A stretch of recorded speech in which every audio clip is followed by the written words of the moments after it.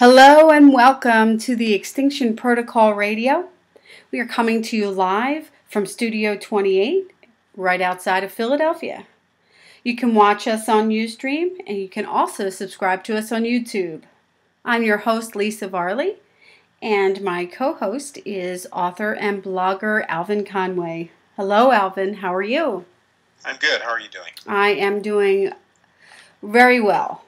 The weather is very good here. It's beautiful. A little chilly, but it's real nice. All is well. That's good. That's good. So, let me tell you a little funny story here. Well, it's not actually very funny, but this morning I get up, I come downstairs, and Grace, the 11-year-old, says, "Oh, Mom, there was 3 earthquakes in Arizona. I think you should call Matt." And I'm like, "What?" She's like, "Yeah." I'm like, "Well, how did you know?" She's like, "Oh, he called you in the middle of the night and said, 'Mom, there was an earthquake.'" So I call him, and then he starts telling me about the earthquake in Arizona.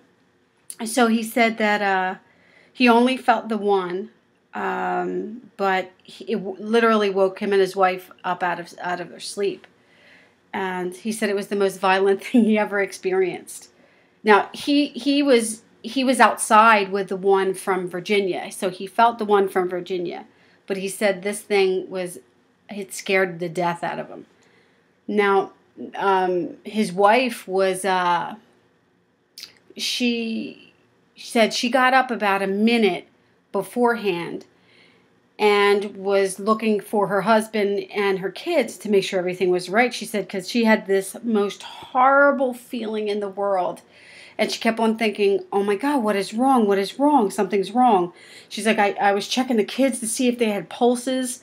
She said, and all of a sudden it was like this rumble, the loudest thunder she ever heard came up from the ground. And she said it felt like it lifted her house up and shifted it to the left and then plopped it back down. And she said it was so violent, but it was quick, but it was violent. How horrible is that? That's pretty horrible. I think it might be good for the listeners to explain who Matt is. Oh yeah, that'd be my child, my second child, Okay. my second Right. son Matthew, and his Gotcha. wife Brandy. Yes. Okay. Got it. And Grace is number 4 or number 5 child of mine. Okay. All right. Well, those experiences are they're very traumatic if you're caught in one. They happen to be going on, transpiring. If you're caught in it, or if you're near the epicenter, you will feel the jolt. So it can, if you've something you've never experienced before, it can certainly be very unnerving and very traumatic. Yeah, they're 15 miles from the epicenter. So that's pretty scary. Well, it's pretty scary, just the forces of nature, and I think that's something we're all going to, unfortunately, become acquainted with before this thing runs its course, before it's all over. So we'll all have experiences, some worse than others, but I think we'll all be feeling some of the effects of the Earthchanges as some of these events begin to intensify. Well, Brandy, she had said to me, because me and her were the only two who didn't feel the one from Virginia that happened a few years ago. She had said, I always wanted to feel an earthquake.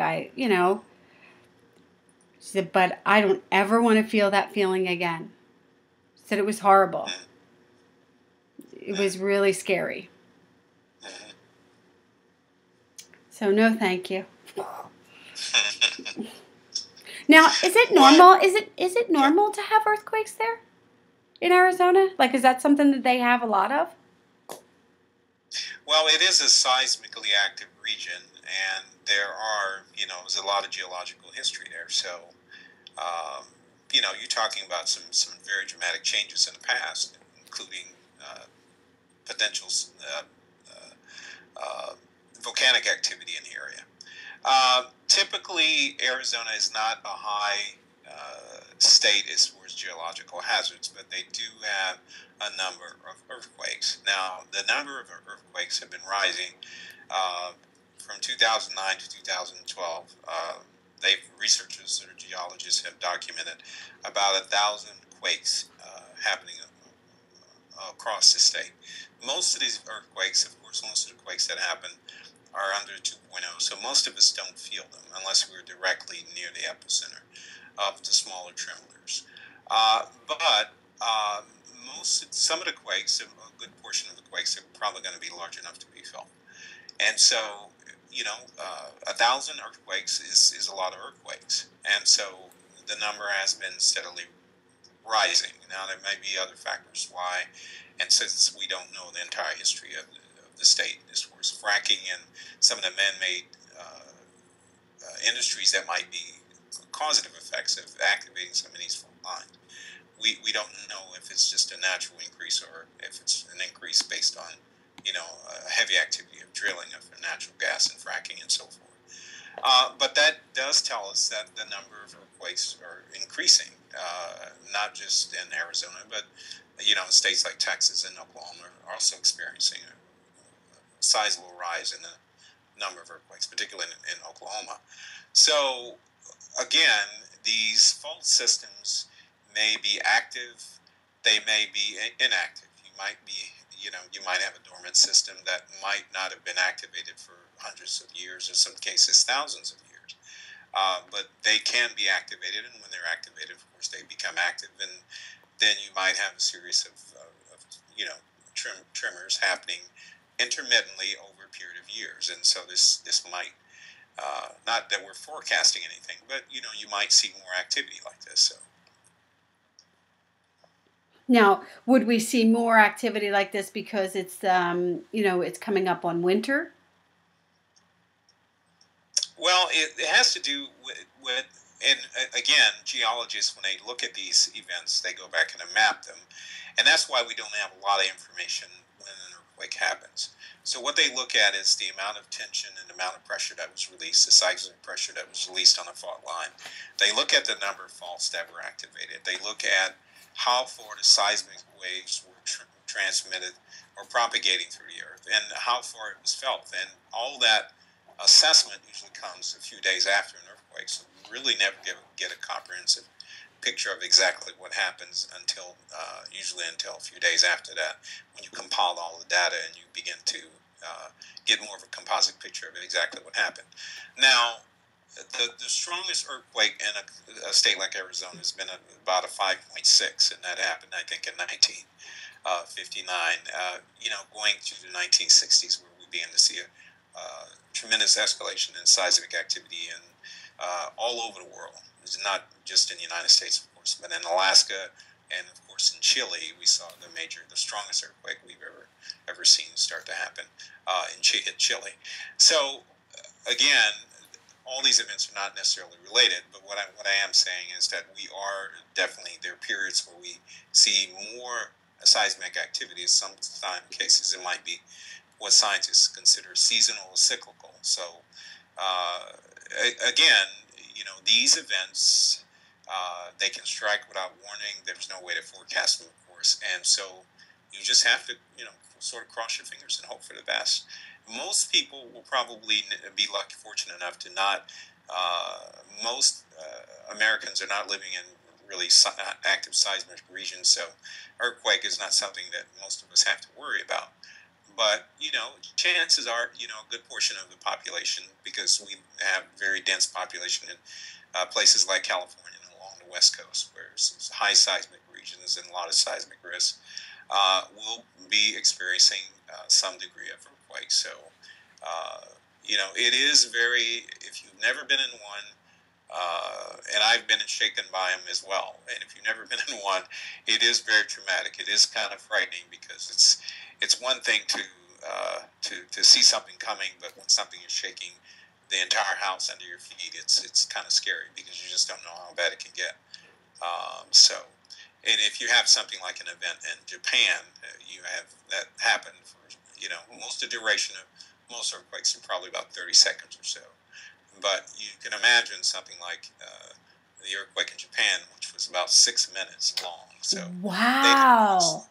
extremely long, long span. So it can be very short. Usually the duration is very short. You have a lot of shaking. In some cases, you have something like the shaking can be back and forth. So it can sway back and forth, or you can have something very violent. So a lot of those factors might depend on the intensity of the earthquake and just what type of fault system that you're located on and what type of shaking you're going to get. So the earthquakes in New Zealand have a tendency to be extremely violent. So you might have you know lateral shaking and up and down shaking, horizontal shaking. So they can be extremely violent. And then the same thing may go for countries like Japan, where you have some very troubling fault systems. And again, California is another case of that with the San Andreas, because that's a very different type of fault system that you have, where what's called a right lateral strike slip fault, which you have two plates going side by side, so you can get some very violent shaking out of that. So all of those factors will go into just how much you will feel the earthquake. Also, the type of rock that most of the country is located in. So if you underground where you have very porous rock, and the type of rock that you have, the seismic waves will be felt stronger. And so that's why, for instance, on the East Coast of the United States, you can have like a 5.8 earthquake in Virginia, and it can be felt basically almost all the way up to New York, because it's a different type of rock where the seismic waves are propagating through. So the effects of the seismic waves can be felt over a much larger region. Whereas in the West, it's a different type of geology, and so those waves usually don't travel as far. But you can have some very strong earthquake waves or seismic waves if you happen to be very close to the epicenter. I think most of the people in Phoenix felt all three of them, so. Yeah. Now, is that the same thing that's going on in San Francisco Bay? Like, is that related at all to Arizona? There are quakes there? No, it's not related, but we are starting to see more seismic swarms. Now, what this means is again, all of these systems are not connected, so there's no way to draw any type of relation other than the fact that we're seeing a lot more seismic swarms, not just happening there, but all over the world. So again, whether it means that the Earth is just becoming more restless, which I think that might be the case. Some of it is what they call, scientists call isostatic adjustment, which means that it's sort of what they call glacial rebound. And in other words, during the Ice Age, a lot of the land, the crust of the planet was covered with ice. So there was a lot of pressure from the ice sitting on the land, covering the land. And so you had that tremendous amount of weight pressing down with the land on these faults, and the faults created a type of pressure. But because they were under the weight of so much ice, that they did not rupture as much. So after the ice began to melt, then the faults again sort of become more vibrant and much freer, and so you have some adjustments going on. So that would explain a lot of the earthquakes in areas like the regions around the Great Lakes, where it was we had the glaciers proceeding down from the north. So you have small quakes as a result of that, the glacial rebound. But a lot of these systems might just be the fact that, some of these systems are just becoming restless. Now, again, drilling, building, land, just the state of the entire planet, Earth just becoming more restless, we're going to see more and more swarms. And that was telling us just these systems are just becoming more active. Now, it doesn't mean they're going to, you may have a system where you may have 500 earthquakes and you may have nothing come of it, or you may have a couple of earthquakes and you may have a major earthquake. So it's very tricky and it's very unpredictable, because you just don't know what's going to cause these systems to slip, and you're going to have a major catastrophe on your hands. Like, because before a large earthquake in California, did they have swarms before? Like before the earthquake, or You no? may get no warning. Typically, swarms don't usually accompany quakes, Oh, large okay. quakes. You have swarms sometimes when you usually with volcanic activity, but that's a different type of earthquake, harmonic, what they call harmonic tremors. Are they them? Is that what's going on are they harmonic tremors? Well, what they think is going on in the San Francisco Bay is just basically a swarm. This fault system has been what it is. It branches off. If you can imagine, a sort of a vein where it branches off from the San Andreas Fault. So it is part of the San Andreas Fault system. But there's been swarms in the past where there hasn't been a major earthquake. But again, the San Andreas is definitely overdue for a quake because stress has been building. We've seen quakes rippling up and down the California coastline for the last number of years. So we haven't had anything major happen for almost a decade or so. So that system is definitely stressed, and it is at some point you're going to have a rupture where you're going to have a major earthquake. Now, when that can happen is anybody's guess. It can happen again, as I've said before, some of the scary things about these quakes is that they can strike in the middle of the night. And so, like any of these systems going off, it doesn't give you much warning. And of course, if everybody's asleep when you have a major earthquake, and some of the earthquakes happen in California 2 and 3 and 4 in the morning, people were killed because the overpasses collapsed. And they basically just drove off the overpass, not knowing because everything was dark. Of course, you lose power. So that's the scary thing is sometimes you don't know when these happen, that the events happen in the middle of the night. There's no way to get the type of warning or have the emergency response necessary to prevent some major catastrophes. But sometimes most of the times we're fortunate enough that we do get some warning.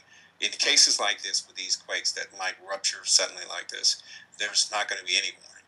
So the only thing you might see is your pet or your animal going crazy, for a minute or two, a few minutes before this happens. But that's usually the most advanced warning you're going to get with something like this. So, if if there was a big earthquake in California, like would it be larger if it was in the water than it would be on land? Because it seems like all the really big ones are not actually on land. They seem to be in the ocean. Or is that just my perception of it? Well, they seem to be near fault systems, and most major fault systems, of course, are near a plate, a tectonic plate. So I think what you're saying is part of the truth. Most of the large quakes happen usually on coastlines. If you think about it, it's Japan. You have the trench, the seismic trenches, and the fault system, the tectonic plates conjuncting around Japan. Of course, with California, you have the San Andreas fault system, and up to the north you have the Cascadia fault system. The subduction zone. So most large quakes will happen in what they call subduction zones, where you have one plate basically sliding under another plate. Most of the time, this usually happens near water or near a coastline, with rare exceptions. So something like New Madrid, where you have a major earthquake, and it's happened before, and it's going to happen again. We've been seeing more what's it called intraplate earthquakes. That means earthquakes happening in the middle of a tectonic plate. That's extremely rare, but we are beginning to see a lot more of those happen. So we had the earthquake in China. It was an example of that. It was an intraplate earthquake that killed all those people up in the mountains. So New Madrid would be another example of that. Yeah. So my other child was 100 miles away from that earthquake when that happened. He was teaching in China. Right. So these events do occur, but to answer your question, they usually happen near subduction zones, and that's usually most of the time that's near coastline, like Chile or the West Coast, or Japan, or Alaska. It's usually bordering the ocean where you have two tectonic plates basically coming together.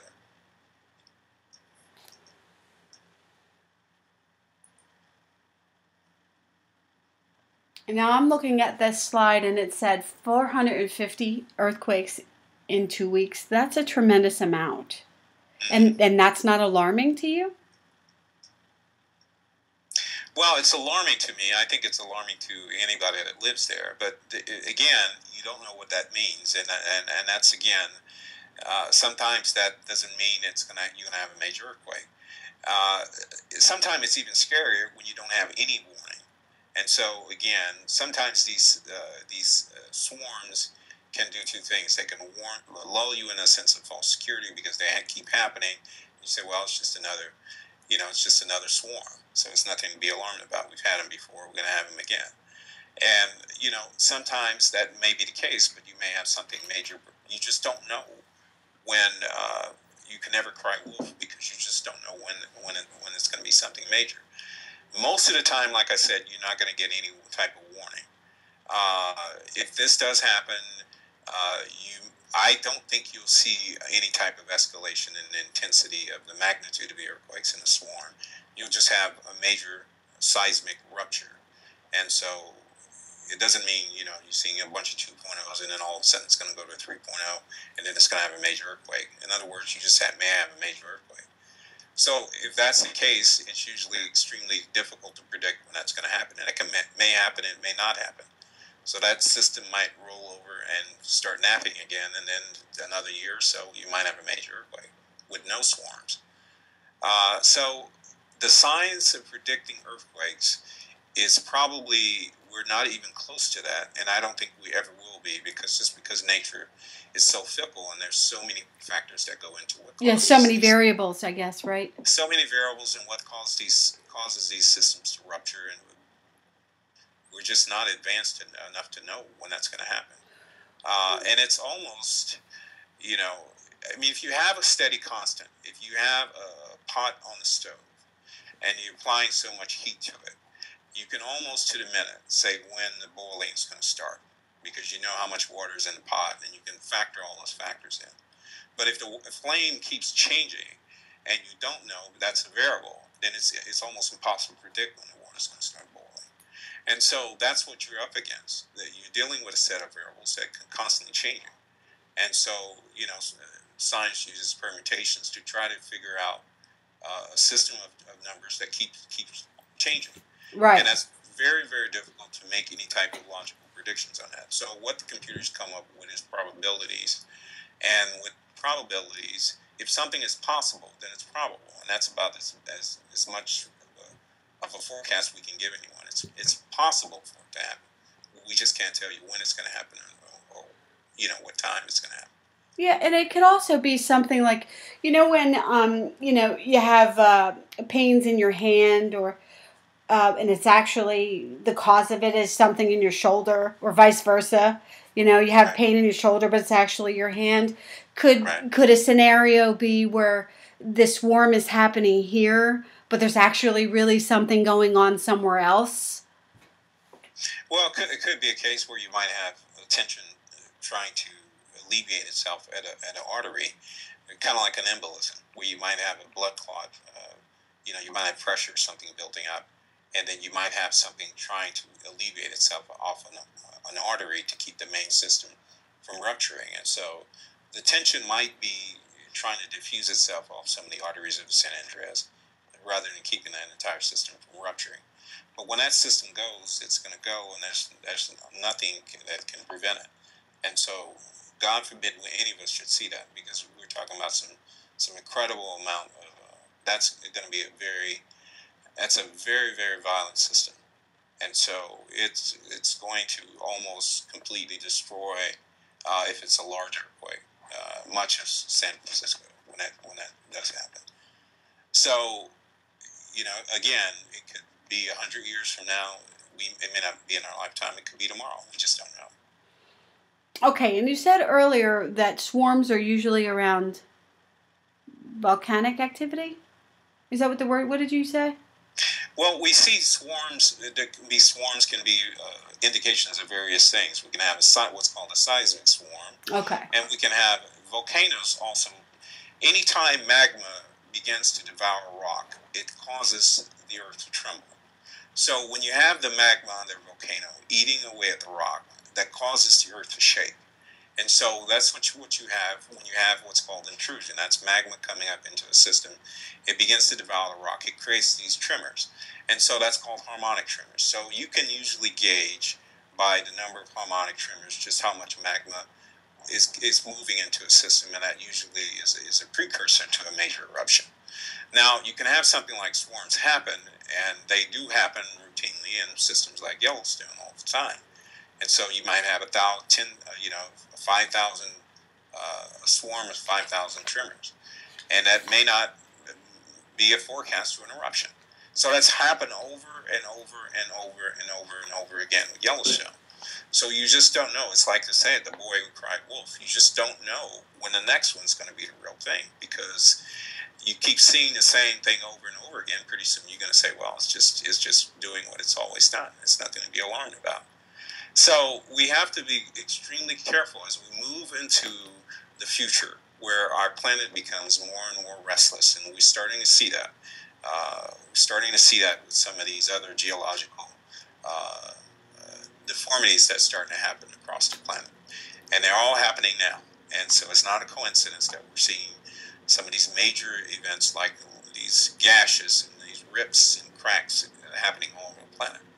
So what I'm saying is, as these earth changes begin to continue to intensify, and the planet becomes more and more unsettled, and it will become that way, then all of these systems will become very agitated.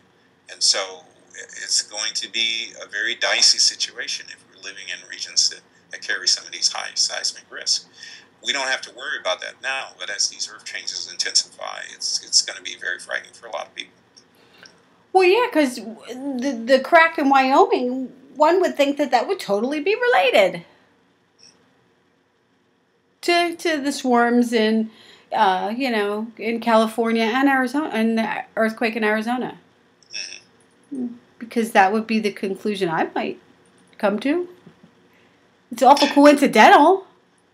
Well, it's only related to the fact that it's all happening now at about the same time, as far as all these systems being related. And I got an interesting slide. If you look at the seismic hazard map of Wyoming, I wanted to bring this out for our viewers to see that. If you can see that white map, if you, on the left, you can see the seismic risk for the state of Wyoming, where this major crack occurred. Now, if you look at that region, you don't see a lot of fault systems. You see the little speck of red there at the left, to your left, in the picture on your left. That's where the largest major earthquakes have happened, and that's pretty far from that what that gash is. Now, you do see that yellow little spot there, so there's some seismic activity, and that's pretty much where that gash occurred. So there is some seismic risk there. So scientists or geologists are still trying to assess what exactly caused this. Now, there's all type of speculation. Usually goes back to water and landslides. But this is pretty major. It's pretty major, and for this to be happening, again, we going back to 2005, we had the major gash happening in Africa, the tearing of the continent of Africa, and that was, of course, volcanic. Is that still moving? Is that still moving? Is that still there? It's still tearing, but it's a slow process. Okay. But this was thought to take millions of years to happen. And when this gash happened, 500 meter or so gash, happened in the African continent, when it tore that rift, this was thought to be impossible for this to happen. So, according to scientists, events like this would take millions of years to happen. So what this is telling us, this happened in just a few days. These gash in Wyoming in a few days. So what this might be telling us is when these changes start intensifying and the planets begin to move together and the oceans disappear, this may not take millions of years, as we've been told geologically, that the planet can go through major changes. It could be in a matter of days that we can see complete transformation of our surface of our planet in days as opposed to millions of years. And if that's the case, then as we approach the future, we're going to have to be extremely careful about that, because that could mean that we could see some very dramatic change happening where it could completely, transform the surface of our planet. Well, Into yeah, like the something water could come up into that crack. it's something we basically don't recognize anymore. So that's the thing you have to live with, is that concern. You're right, and so we just have to kind of wait and see where this thing goes and how far it'll go.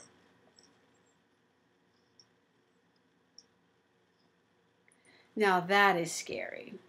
That really is. And then besides Africa, you said there was one in before another one.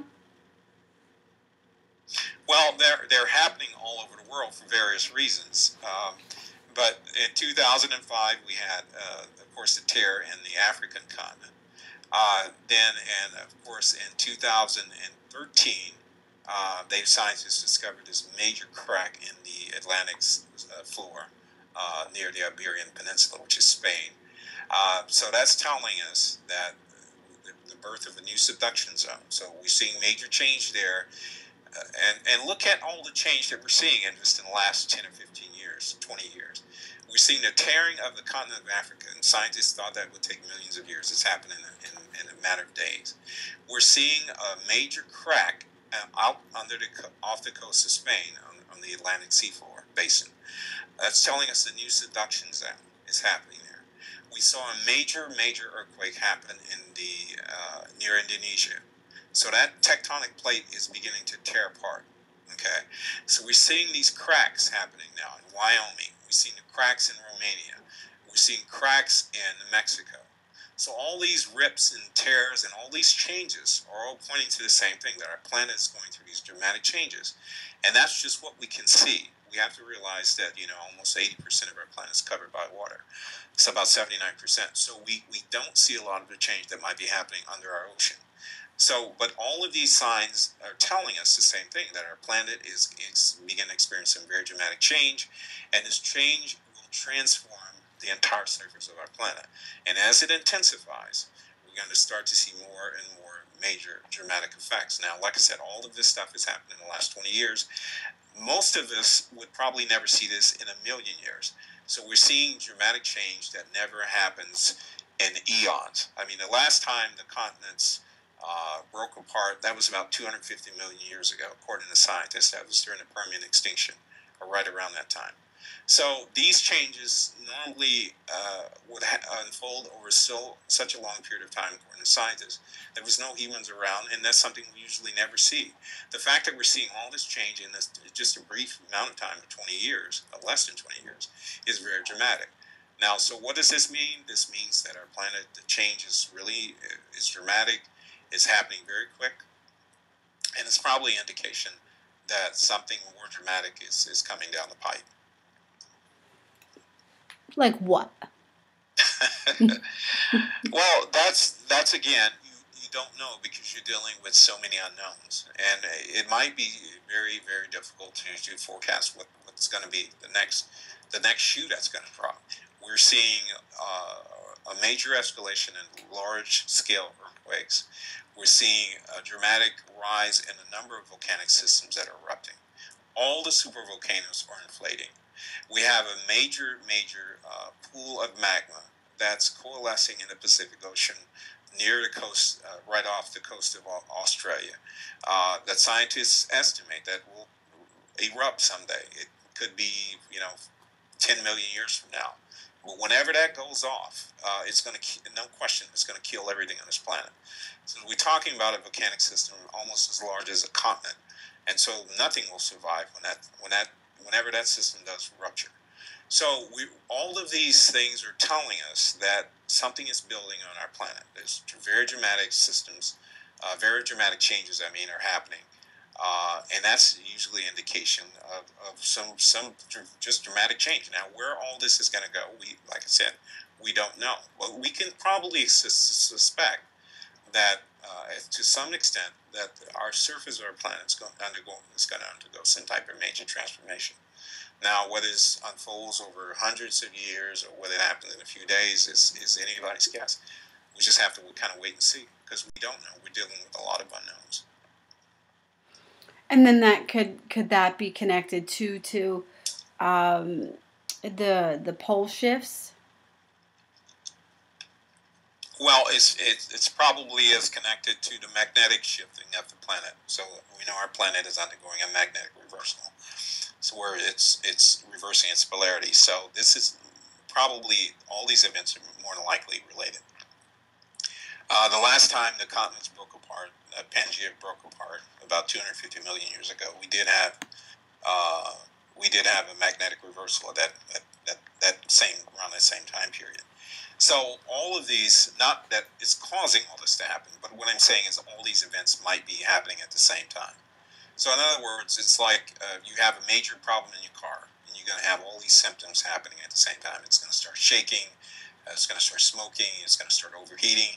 It doesn't mean it's causing all of this, but what I'm saying is that one system, since the systems are interrelated, and you have various feedback mechanisms where one system sort of feeds off and is interdependent or connected with another one, then you may have major systems starting to be affected. And so you might see the climate start to go haywire. You'll see more large earthquakes happening. You'll see large volcanic systems starting to erupt. All of this might be building towards some dramatic climax. And like I said, all the supervolcanoes are inflating, not one, all of them. And as far as I know, in history of this planet, this has never ever happened. We've always had these systems sort of erupt in a space of sometimes hundreds of thousands or even millions of years, according to scientists, if you believe our planet is that old. But all these systems have been spaced off fairly. The eruptions have happened in large. Been spaced out fairly large segments of time, so we've never had systems erupting back to back. So we've never had them all inflating, and so this is something we've probably never seen before, and so we don't know. It's If something's never happened before, you just don't know how bad it can get. So you're dealing with a set of unknowns, and so and then to throw in that into the mix, you got 7.5 billion people on a very crowded planet. And I say crowded because we have some very large megacities that are close to very high seismic risk regions, and people live near volcanic systems. And Yeah, at the bottom of volcanoes. Yeah. And that's just a reality. We're not going to change that, no matter how much risk and how many of these systems go off. People are not going to move and up and leave these areas. They're rooted there. They're going to stay there, and that's just what you just have to deal with the risk as it comes. Now, how many volcanoes are we at now so far? We're at about 67 systems that have erupted so far this year. That's a lot. But it's not. Now, last year, I saw in 2013 it was 84. So, does the volcanic activity, right? If it stays at this number, does that mean it's slowing down? Or will it always just progress? Well, if you look at it, I mean, if you start about 1990, if you look at the chart, but we had about 55. The number of volcanic systems that erupt annually is probably around about 50 to 55 systems. But if you look at that, the progression has been steadily going up. So you see just a steady gradual rise, and it's really kind of never gone back to the below the 55 or so.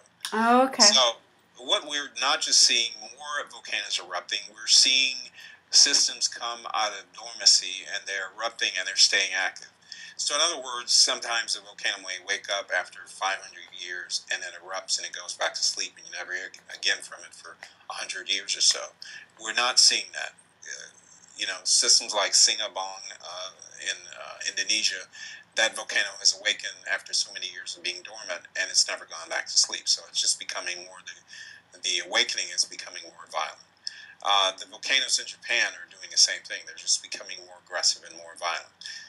The Hawaiian volcano has been erupting since '85 continuously. What this is telling us is that our planet, Mount Etna, again, is another one. It's just the eruptions are becoming more frequent and more violent.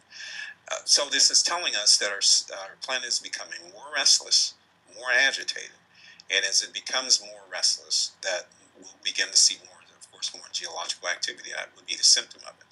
and that would mean more volcanoes erupting and staying active longer, never going back to sleep. And the same thing would apply to the fault system. So once you might be drilling and you might cause a fault to awaken. It may never go back to sleep again.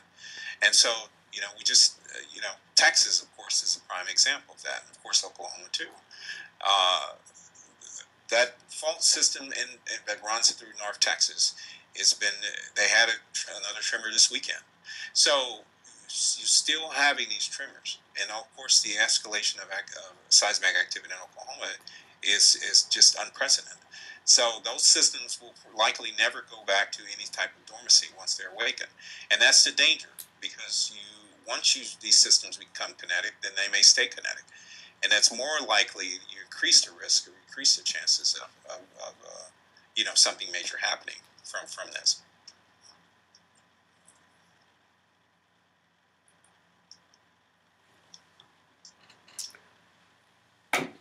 I just don't understand how people can be at the bottom of a volcano.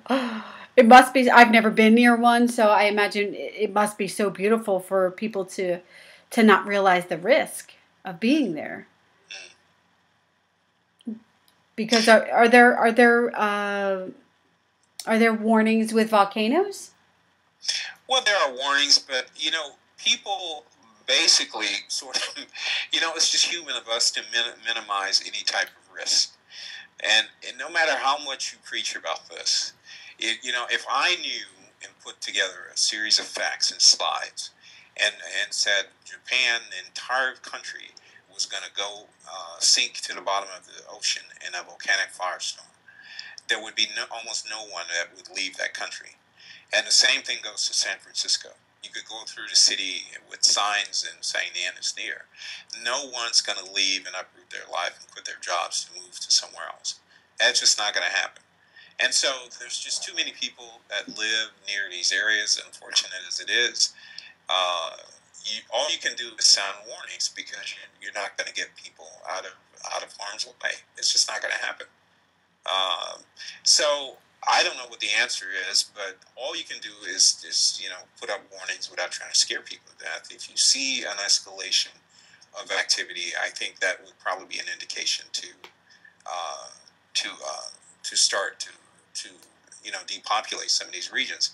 Now, I did talk about this in the Extinction Protocol, that we'll see regions of the planet that will become almost uninhabitable or inhospitable due to not just the climate, but due to some other geological hazards. So that might be the case, where we may just have a planet, instead of 7.5 billion people, you may have a planet of only a few hundred million people left, and that people might end up, living all in one particular region of the country that might carry less risk.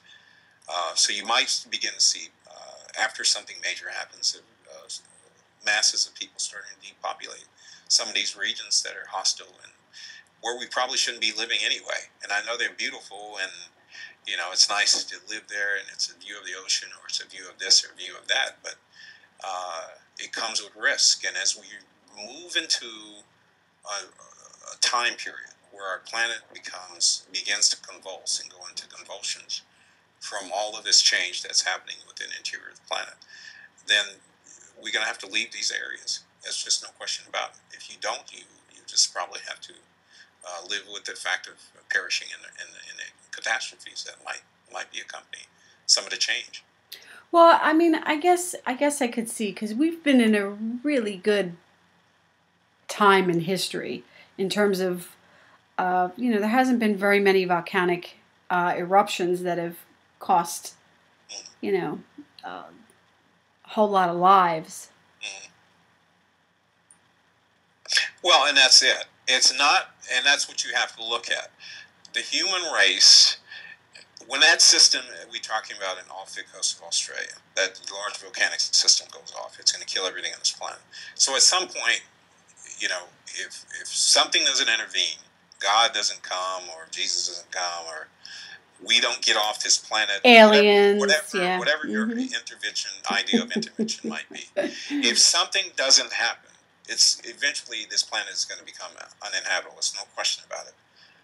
So we're up against the clock, and I think what we've been extremely fortunate. Now, you look at life on this small blue planet in a very irradiated region of space that has a high surrounded by so much radiation, where nothing should be even living here to begin with.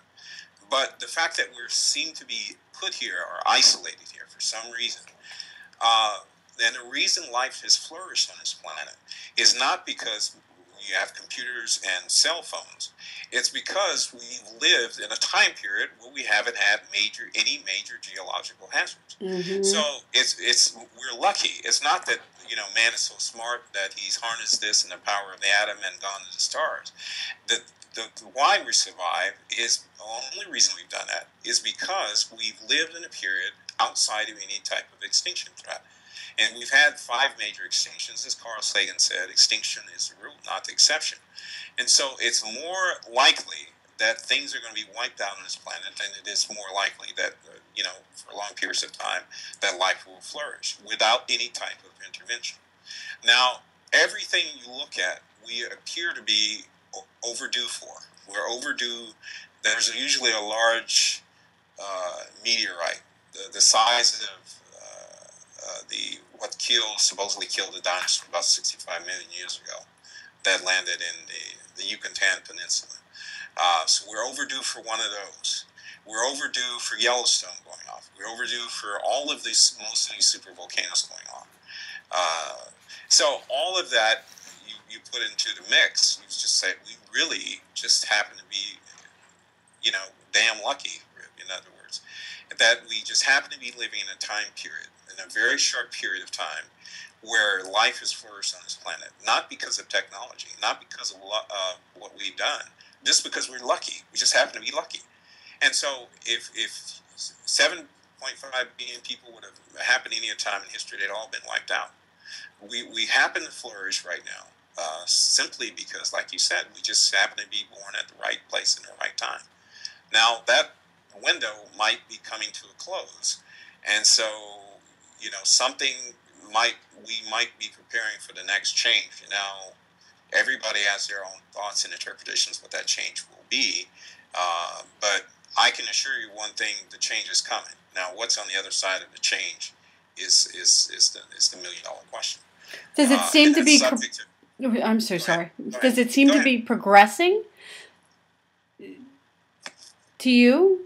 Like when you look at the big picture, does it seem to be amping up? Does it seem to be things that you had talked about in your book are actually happening a lot faster than you thought?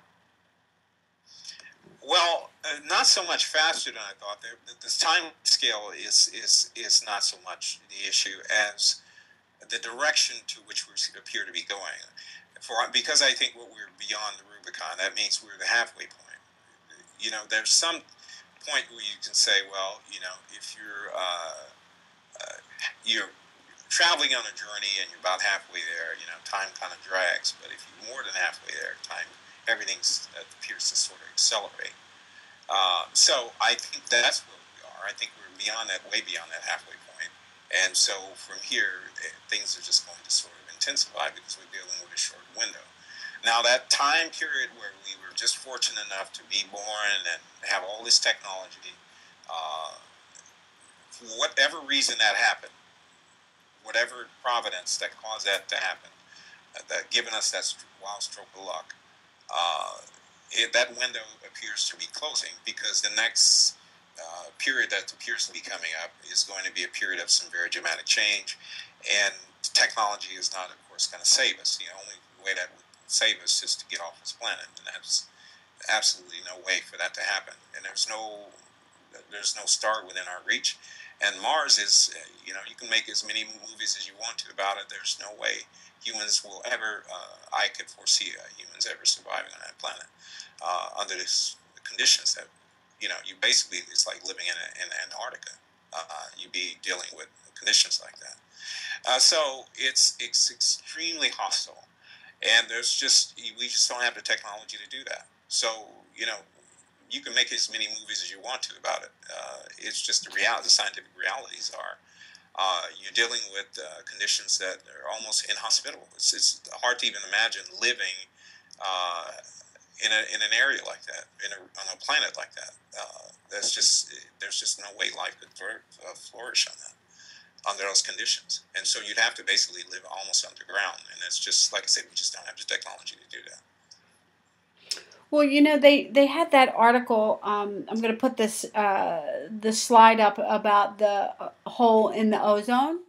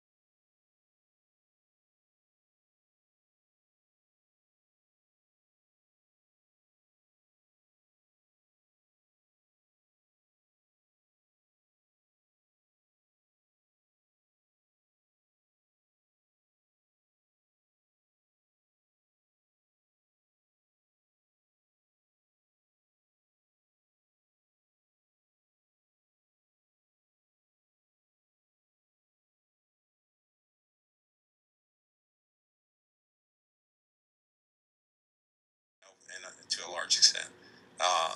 But so we just have to wait and see where some of these things will go, because we're facing some serious conditions now. What we don't want to happen is all of these events happen, and it's that short window of time that we're talking about, where we begin to see a lot of these changes, and we start to see a lot of these things go wrong at the wrong time, and they all happen at the same time. You don't want that, and so it's hard enough to survive one type of extinction threat, but if we're facing multiple threats on multiple fronts, then it's going to be extremely challenging for the human race to move forward. So, when you use the phrase, or the word, not phrase, when you use the word extinction, could you define that for me, what you mean by that? Because I know what I think of. Okay, well, what do you think of? Dead. Gone.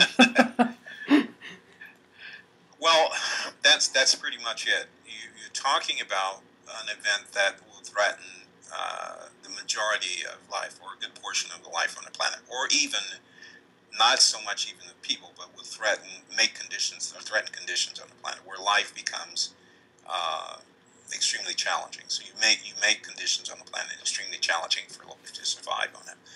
That's what I'm talking about when I mention that type of extinction. So if we have major biological safety systems on our planet begin to collapse, then we're in trouble, because it's going to be very hard, of course, to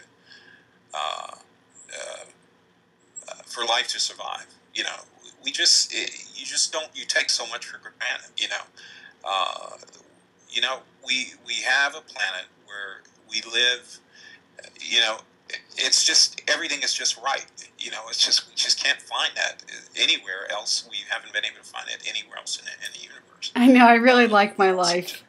Yeah. It's really crazy. It's just really like great everything life. is just in right percentage. Right? The atmosphere, the oxygen is about 28% or so.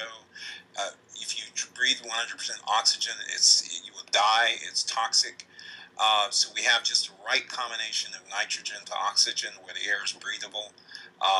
So everything is just in the right combination, and it's almost the same percentage of land to water, which is the oxygen to nitrogen in the atmosphere. The percentage is almost the same. So it's just, finding all of these miracle combinations, it's almost impossible. It's like it was, it's almost like it was designed. Now, I'm not feeding too much in it. I'm just saying we happen to be extremely lucky. And so to go out and roll the dice and try to find the exact type of conditions anywhere else, it's almost, it's almost impossible to do that. We've never found a planet that's even close to the planet Earth. Well, if that's even if if it's true, or then that means that they're not going to let it happen to us. They're not going to let us die. They put us here for a reason. They'll fly into volcanoes, put a hose on it, cool it off. Yeah. Well, the planet's been through 5 extinctions, so there's no one around. They weren't around during the Noah's flood. They weren't around during the 5 extinctions. They weren't around during some of the Hopis when the world was destroyed 4 or 5 times. So I'm just saying, people say we just deal with what we have to deal with, and you move on. In the grand scheme of things, the dog is happy that he has 7 years. For our years, the dog is like 7 years to our years. So he's happy. He doesn't think about, when is it going to end? You just enjoy it for what it is. And I think the takeaway at the end of the day is that we have this miracle of life on this planet, with the combinations of everything. It's almost catered to perfection for us. It's just a miracle. And so we all just make the best of it. And I think we live it to the fullest until, it's unlivable. And that may be 1,000,000 years from now. And I don't think any of us should lose any sleep over worrying about anything changing, upsetting that balance, And I'm just going to be optimistic, and I think we should all be until the end, until the situation changes, where it's no longer optimism, it's no longer a commodity on this planet. And so I think it might be a ways off. But that could change. But I'm saying until that changes, then, let's not worry about Yeah, okay. Sounds good. I mean, it's a miracle we've gotten so far with what we have, and it's not that I'm not talking about the world destroying itself by nuclear. I'm just talking about this planet. Just when you put a seed in the ground, it grows, and then you bite into fruit, and there's so much water in it. It's like, where does that come from? It's just everything on this planet is just such a miracle. And I'm just one that's so appreciative of just these little things. I know it sounds crazy, but if you have such an appreciation for the little things, then the big things will mean even that much more. And I think that's just the way you see it. Life is just beautiful, and I think we all have a wonderful life, no matter how bad it can be at times. It's still, if you step back and look at the big picture, it is pretty much a miracle. Mm-hmm. So, Alvin, let me ask you this: if throughout history they always talk about, you know, the impending doom, why is this time different than in history? Because they were always talking about the end of the world and the sky is falling. Right. Well, I would have to do an assessment of everything that we see on the planet. And when I go through a checklist, I would say we are seeing the extinction of animals and flora, which is fauna and flora on this planet, plants and animals, to the largest extent that we've ever seen since an extinction. That's one. We're seeing major climatic change. It's not global warming, it's planetary change. We're seeing the population of the planet growing perhaps beyond the ability to feed itself. So we're possibly facing a type of catastrophe with that if our food supply is threatened. And it's not so much we can't do it. It's just if something happens where our food supply is threatened by a major asteroid striking the planet or a major supervolcano going off, it's going to threaten our food supply. And if that happens, all life on this planet will die. There's no question about it. Because you can't plant anything. I mean, if Yellowstone goes off, that's just a mild eruption. If it goes off for 2 or 3 weeks, it'll be 7 years before we can plant any food in the United States. There's just no way to survive. So if that system goes off for years and years and years, it's going to kill everything on this planet. There's no question about it. So that's those threats, and the fact that all the supervolcanoes are inflating, the fact that we appear to be entering a window, a period of time where large-scale earthquakes are becoming more common. We've seen all the geological changes now starting to happen on the planet. Major tectonic plates breaking up, new subduction zones forming. All of those changes, all those things in concert, and that's not considering the march to war and all the weapons of mass destruction on the planet. When you factor all those things in, I don't think the planet has ever faced a threat of annihilation in any other time period, man-made and natural, more than it's facing now. So I think it's an age of incredible opportunity, but I also think we're the mirror of that. Life is literally hanging by a hair, and so it's not to live in fear; it's to live in the hope of trying to make the best of what we have. But we certainly are facing threats on so many fronts like we've never faced before as a human race. And I just think it's hard coming together and finding some type of consensus on that. People, one agency is talking about it, and another agent, but nobody's collectively come together and sort of mapped it out like we've done and said, this is the number of threats that we're facing as a planet. And we're going to have to come together and put aside our differences and work together to try to stave off a catastrophe, or at least mitigate enough of the risk that enough of us survive to continue to the human race to continue. So that's why, to me, it's different than any other time period, because all of those threats we are facing on multiple fronts. It's like it's almost impossible to get around all of them at the same time, and that's my concern. Yeah. I don't even know how to even digest what you just said to me. I'm like, oh my God.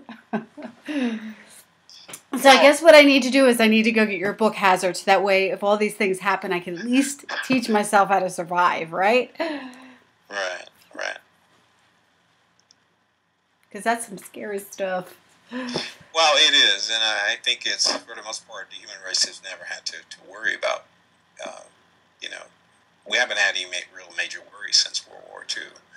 Well, and we didn't have the computer, so I didn't worry about, like, if I was born in the 1700s, I wouldn't be worrying about what was happening over in Japan because I wouldn't know that Japan even existed.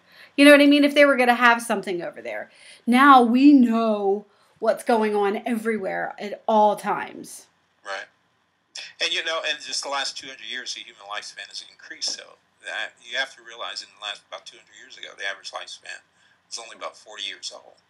So people lived about 40 or so, 45, because of disease and just it was very, very, very difficult to live. It was very challenging before an industrial revolution.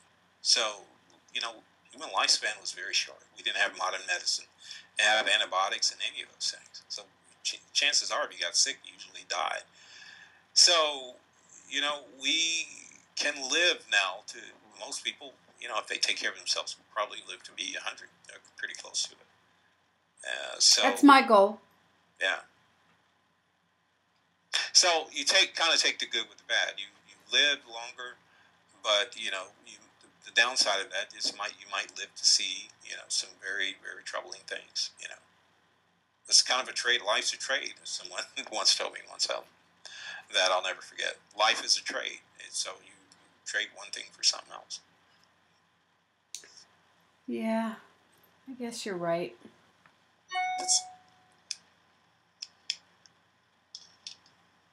It could be worse. It could always be worse. Always be worse. Now look how many near misses we've had from asteroids that zip by this planet. That's it's just again, thank God for small miracles. I mean, that's just happened so many times. Things that just coming out of nowhere that we've spotted just days in advance. Just think of something the size of a large city was heading for this planet. I mean, it'd be curtains. So all of this stuff appears to be flying by us and just miraculously missing us, right? Like we were just born to be here. You know what I mean? As a planet, like we were pasted and meant to be here, and just like nothing is going to change that. So that's not to make us arrogant. It's just to say that there appears to be purpose for all of our lives, and that's all I'm saying. So we just have to live and discover what that is. And I think that's part of it. Once you reach that, nothing else matters. You find your fulfillment, and life is you've discovered the reason for living and for being, and nothing else matters. It doesn't matter if you live to be 100 or 10 because you've discovered your purpose. And once you fulfill that, then nothing matters. You serve your purpose for being here. Yeah, this human thing's pretty cool. Yeah, it is. It's pretty awesome. It is. Okay, my dear, I'm going to put up the screen here with all your books so you can tell them where we can find them. Okay. All right. Well, you can find the books at a blog. I put the books up first. Oh, okay, the books. Okay. I'm switching it up a little bit. Okay, there you go. You tripped me up there. Okay. I'm sorry. No, that's funny. So you can find the books. I think we have the screen, the slide up. Submerge yourself in a reading experience. Series of books from science at the top there, the Black Book series. And then all those books can be found at lulu.com, so you can browse my name, Alvin Conway, and you can find any of those and order those online. And then, of course, we have our blogs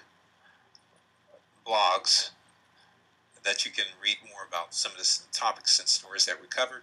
The Extinction Protocol.wordpress.com, which all the events happening to the planet, any type of change. And then, of course, Utopia.com is our geopolitical blog about events that's happening in the geopolitical world, so you can keep abreast on some of the events that's changing history around the world. As well as the Facebook for all of those, right? Exactly. We have corresponding Facebook pages, exactly. As well as a YouTube channel. So we have the Extinction Protocol on YouTube. You can find our YouTube channel, and you can go on and like us and subscribe to our channel, and you can listen to the broadcasts from the shows that we'll be posting and putting up on our YouTube channel. Sounds good. And if you have any questions from any of the shows, please feel free to contact Alvin on Facebook, and he will. We can probably answer them on the show. If not, he can answer them on Facebook. And thank you so much, and to all our loyal listeners, thank you so much, and we will see you again soon. I'm going to say goodbye, Alvin. Goodbye, Alvin. Thanks, everyone. You crack me up.